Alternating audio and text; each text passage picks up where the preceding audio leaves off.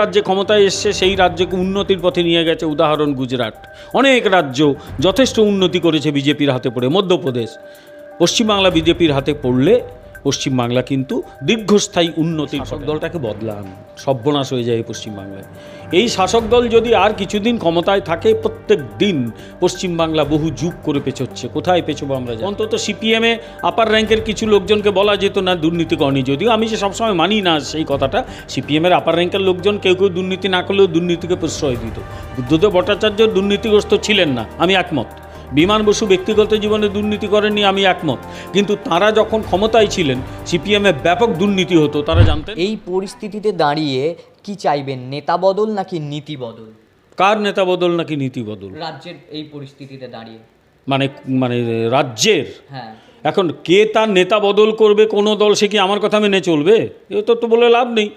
আমার দল আমার মতো চলবে, আমার দলে কে নেতা হবে না হবে তার একটা ঠিক করা সুনির্দিষ্ট প্রক্রিয়া আছে, সেই অনুযায়ী আমার দল চলে। আর সবচেয়ে বড় কথা, নীতি বদল কাকে নীতি বদল করতে বলবো? এই তো পশ্চিমবঙ্গের শাসক তৃণমূল কংগ্রেসকে, সরকারকে শুনবে আমার কথা? আরে বদল তো অনেক কিছু চাই। পশ্চিমবঙ্গের রাজনৈতিক ব্যবস্থার বদল চাই, পশ্চিমবঙ্গের উন্নতি চাই, মানুষের হাতে কাজ চাই, শিল্পায়ন চাই, এখানে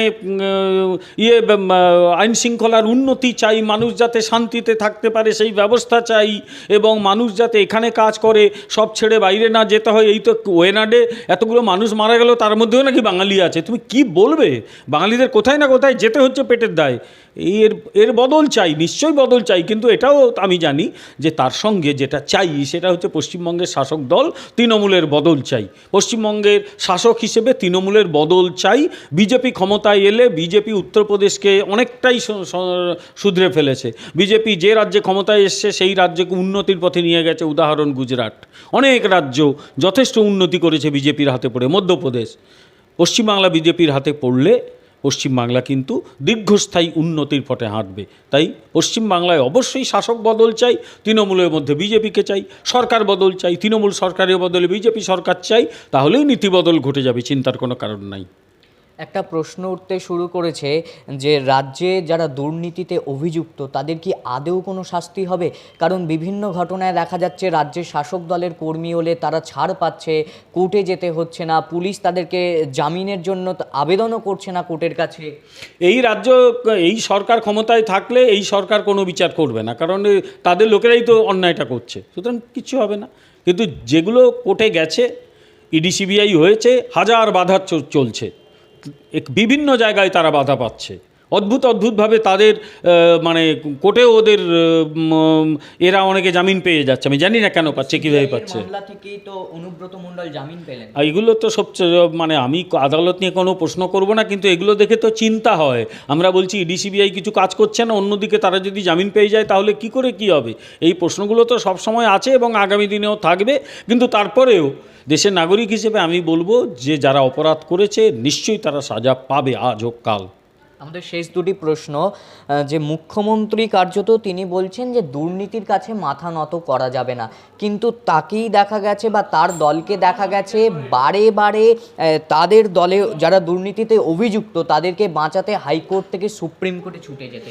একটা দলের আগা পাঁচতলা দুর্নীতিগ্রস্ত, আগা পাঁচতলা, টপ টু বটম একটা দল কখনও পশ্চিমবাংলা আমি দেখি না। আমি সিপিএমকে মাথায় রেখেও বলছি, অন্তত সিপিএমে আপার র্যাঙ্কের কিছু লোকজনকে বলা যেত না দুর্নীতি করেনি, যদিও আমি যে সবসময় মানি না সেই কথাটা।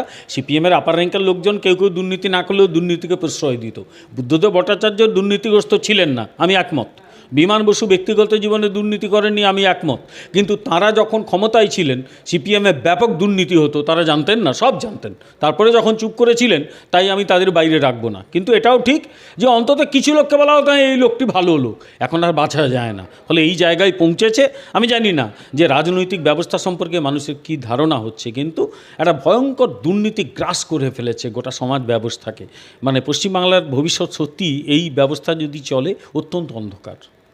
নতুন সংসদ ভবন থেকে টপ টপ করে জল পড়ছে, এই নিয়েই প্রচারে নেমেছে তৃণমূল কংগ্রেস। আর তৃণমূল কংগ্রেস যেখানে যেখানে হয় তার ঘরটাই ভেঙে পড়ে যায়। টপটপ করে জল পড়ছে, কোথায় কি আছে ছিদ্র হয়েছে, নতুন বাড়ি নিশ্চয়ই সেগুলো সারিয়ে দেওয়া হবে। আর এখানে যে বাড়িগুলো তৈরি হয়েছে বাড়িগুলো আদৌ মানে ইয়ে দিয়ে হয় তো, সিমেন্ট দিয়ে হয় তো, নাকি ওখানে গঙ্গামাটি ঢোকানো হয়? পশ্চিমবাংলা বলে কথা, মানে এ আবার কি বলে না, চালুনি ছুঁচকে বলে তোর পেছনটা ছাঁদা কেন, ওইসব বলে আর লাভ নেই, এদের চুপ করে থাকাই ভালো। জনগণকে কি বার্তা দেবেন? আমি বার্তা দেবার কে বাবা, আমি কি এত বড় লোক বার্তা দেবো? কিন্তু শুধু একটাই পশ্চিমবাংলা মানুষের কাছে আমার অনুরোধ, বার্তা টার্তা কিচ্ছু নয়, অনুরোধ, এই শাসক দলটাকে বদলান, সর্বনাশ হয়ে যায় পশ্চিমবাংলায়। এই শাসক দল যদি আর কিছুদিন ক্ষমতায় থাকে, প্রত্যেক দিন পশ্চিমবাংলা বহু যুগ করে পেছোচ্ছে, কোথায় পেছোবো আমরা জানি না।